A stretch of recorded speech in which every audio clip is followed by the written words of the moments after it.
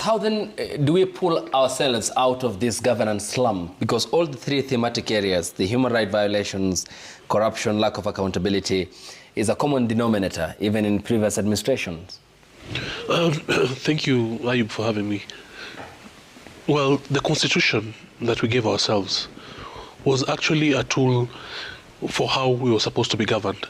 It was a tool that we were supposed to use to change certain patterns that we had seen with an overbearing presidency, not very independent judiciary, and lack of devolved units. And so when we gave ourselves a new constitution, there were certain expectations. However, what we've seen over the last 15 or so years is a political class that is willing to take up the instruments that the constitution gives them, but an unwillingness to allow the constitution to function as it should have been. And so you find a situation where, in terms of leadership and integrity, the political class decided that is the area that we're not going to have interest in. In terms of two-thirds gender rule, no one is interested in. They are only interested in how to capture and keep power. And so perhaps we need to ask ourselves, how do we then take ourselves back to a moment where we live by the promises of our constitution? Right now, what we are seeing is a political class that has come together, and that coming together is not for the good of the people. And so, even if you see as the political class has come together, their priority is the NADCO report. The NADCO report is about creating offices. It is about political expediency. It's about how the political class will be comfortable, not about the plight of the Kenyans, not about the promise of economic, social, and cultural rights, not about the promise of freedom of expression or civic space, but about their own selfish needs.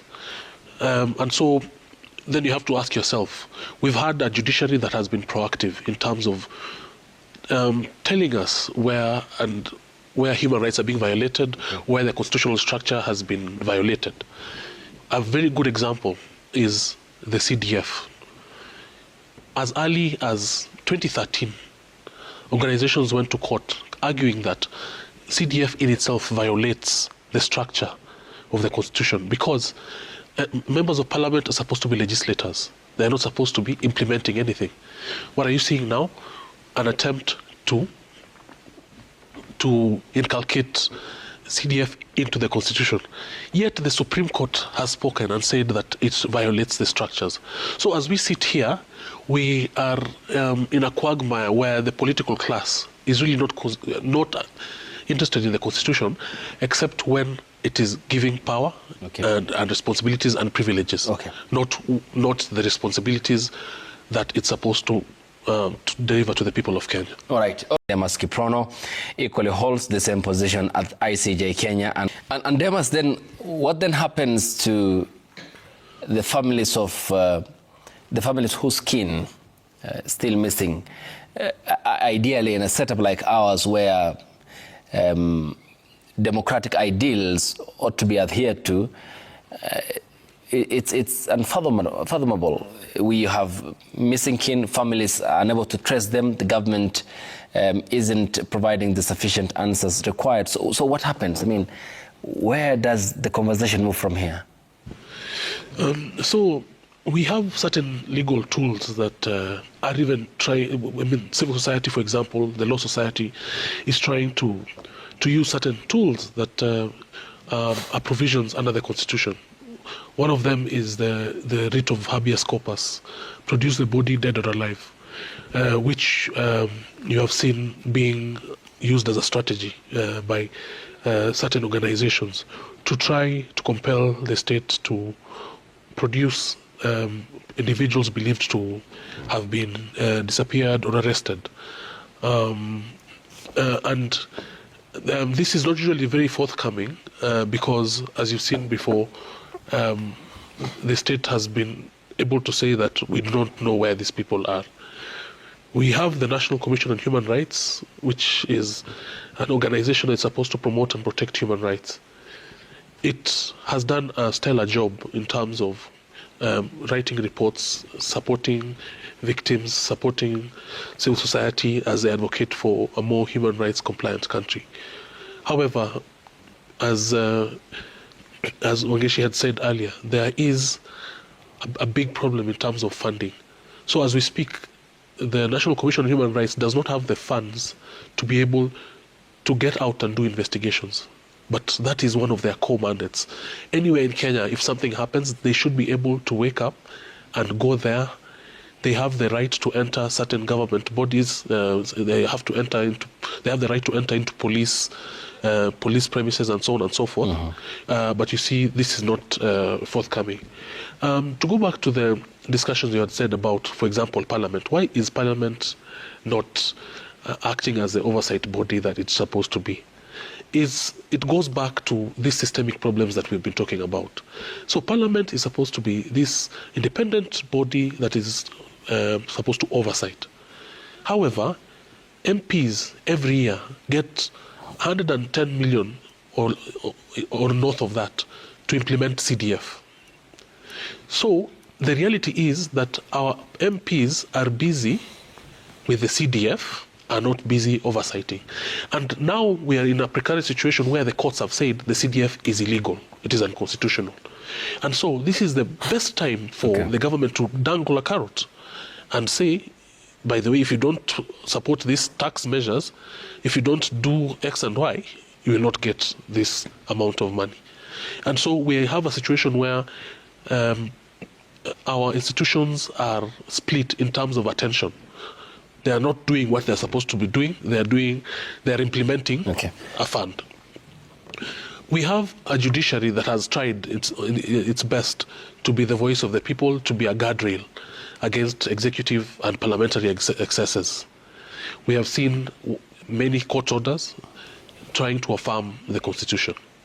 However, the judiciary can go only a certain distance because, as we speak today, the judiciary is not adequately funded. In other countries, the judiciary is supposed to take about 3% of their annual revenue. We are at below 1%. And this was further hit by the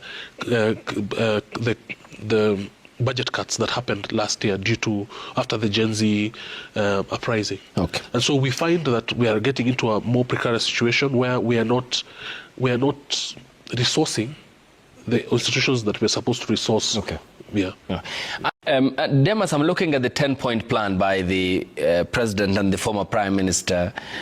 We'll come to the others, but point number 10 states this was meant to protect sovereignty of the people, stop abductions, respect constitutionalism and the rule of law, and respect press freedom. It also mentions right to peaceful assembly, compensation of all pending claims of right victims.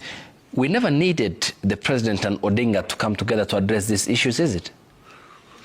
No, we did not. However, they decided to. And we are seeing a replication of this. So Kenya is one unique country because let's take policing, for example. So we have the Philip Waki report, Philip Alston report, Philip Ransley report. Yes. Almost a decade later, we decide, we want to do police reforms again. We have the Maraga report. And if you look at the thread of all this, is that what we need is accountability. Is superior and command responsibility, and also dignity for police officers. Where are we in terms of police reforms as we speak right now? Research shows that policing only succeeds when the community is involved, so community policing and intelligence-based policing that is democratic. You understand?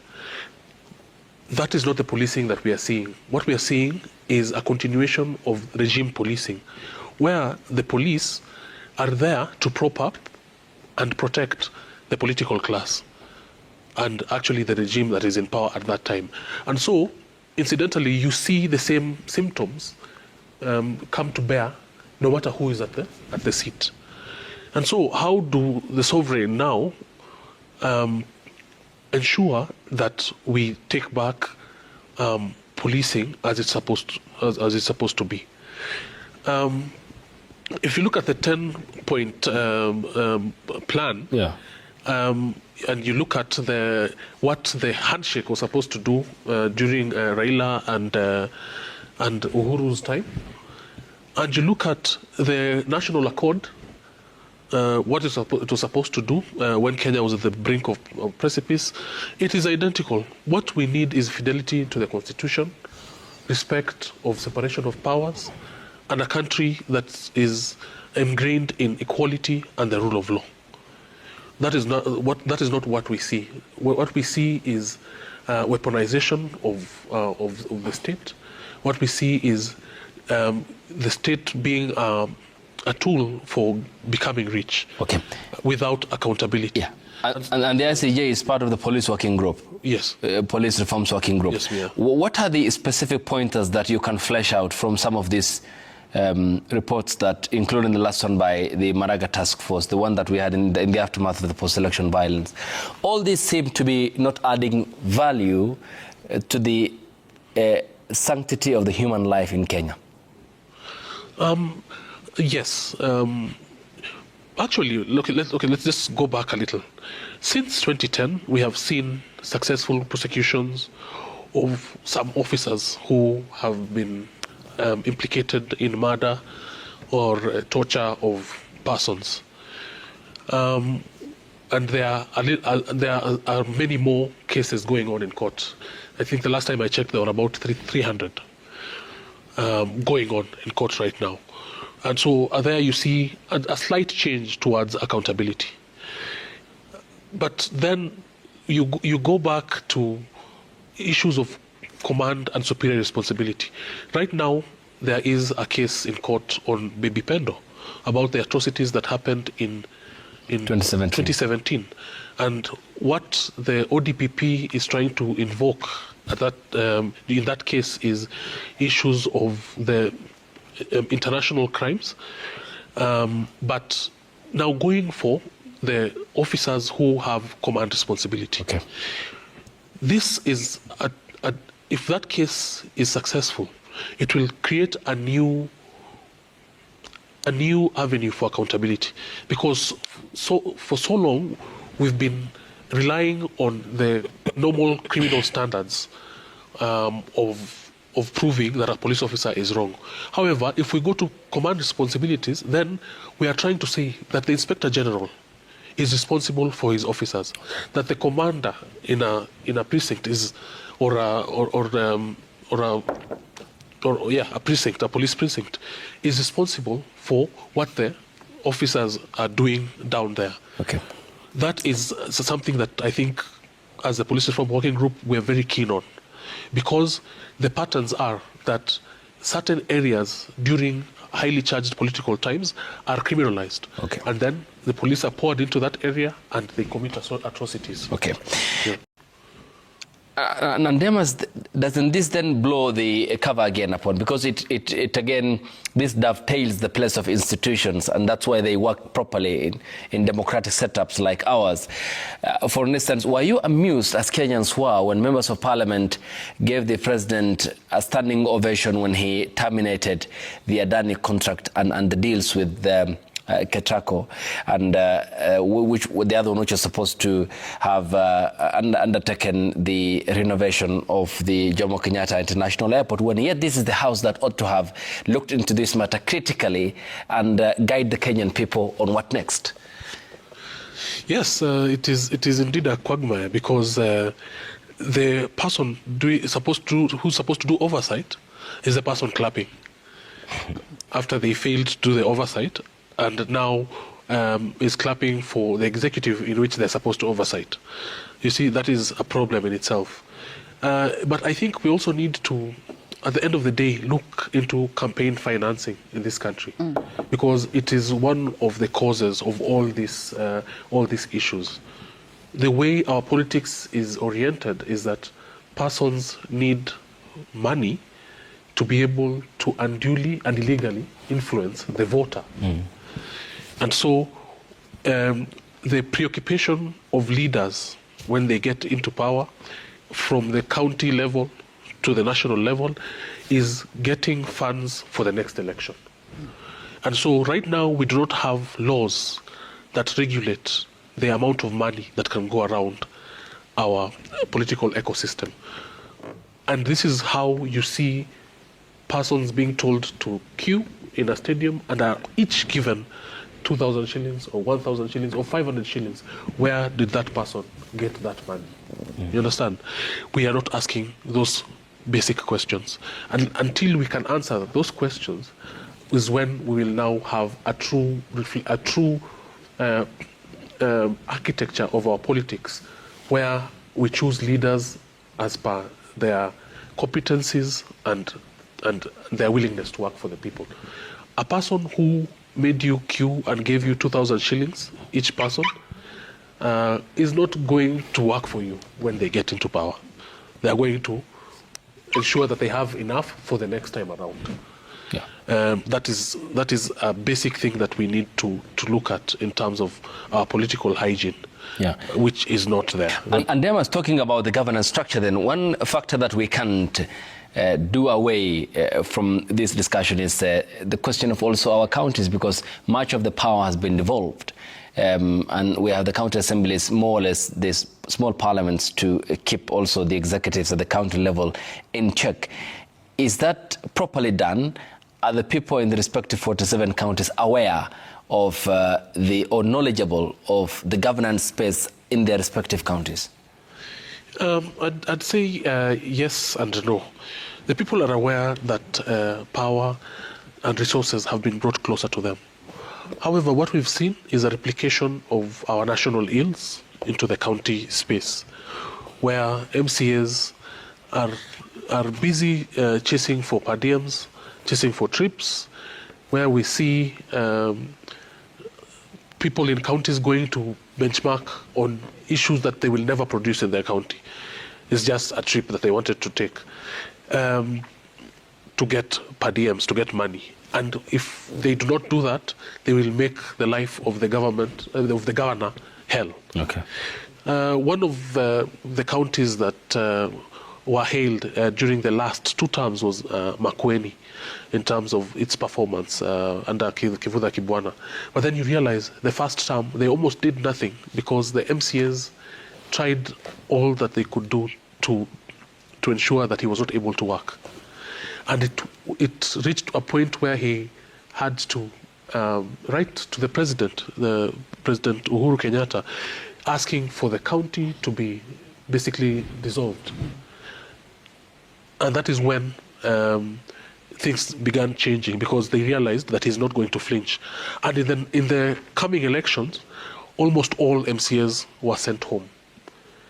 And that is when we started seeing the service delivery coming to the people.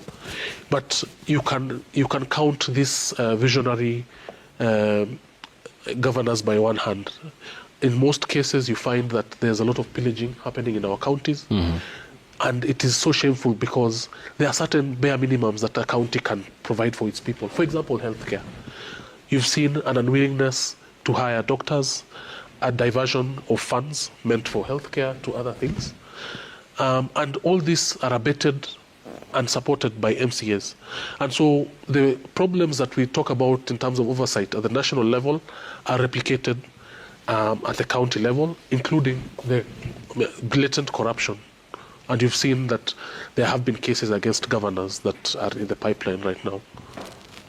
And yes, there's some developments that have been going on in the corridors of justice. And this has to do with unexplained assets. So the EACC and the DPP have been recovering certain funds from individuals, and increasingly in the last 2 years there has been an increase in these funds that have been recovered. However, how do we ratchet that up to ensure that if I have an X amount of money and I cannot explain, then also that reveals a criminal pattern, and that can be actioned on to ensure that I am nowhere near any leadership position. But otherwise, we have seen a lot of recoveries that have been going on in the last, I would say 3 to 4 years. Yeah. But not commensurate with what's taken off from the public covers, is it? In fact, so how do we scale that up to cover the areas that we're really concerned about, especially devolution and public service? Yeah. Yes, Chris. Last year, we got to a point in terms of national discussions. And we got to a point where, I remember, I think it was Senator Kirigu Thangwa, who made a reflection about all these funds that we have. We say that we want to educate our children. We have CDF under the governor, CDF under the MPs, CDF under other things. How can we consolidate all these things for serious service delivery to our people? The crisis that's going on is one of civic space and also economic prospects of Kenyans. The dignity of Kenyans is affected by their lack of access to proper education, which affects your prospects, your future prospects, lack of health care, and so on and so forth. So how do we now use government funds to return dignity to the people? And how do we return agency to our people so that they can freely express themselves without being encumbered? Okay. Thanks to you too for waking up with us here on the broadcast. The hashtag on X as ever is Citizen Daybreak. The SMS code is 22422 at Citizen TV Kenya and at Ayub Abdikad. Up next is health and lifestyle. Thanks for watching. Good morning.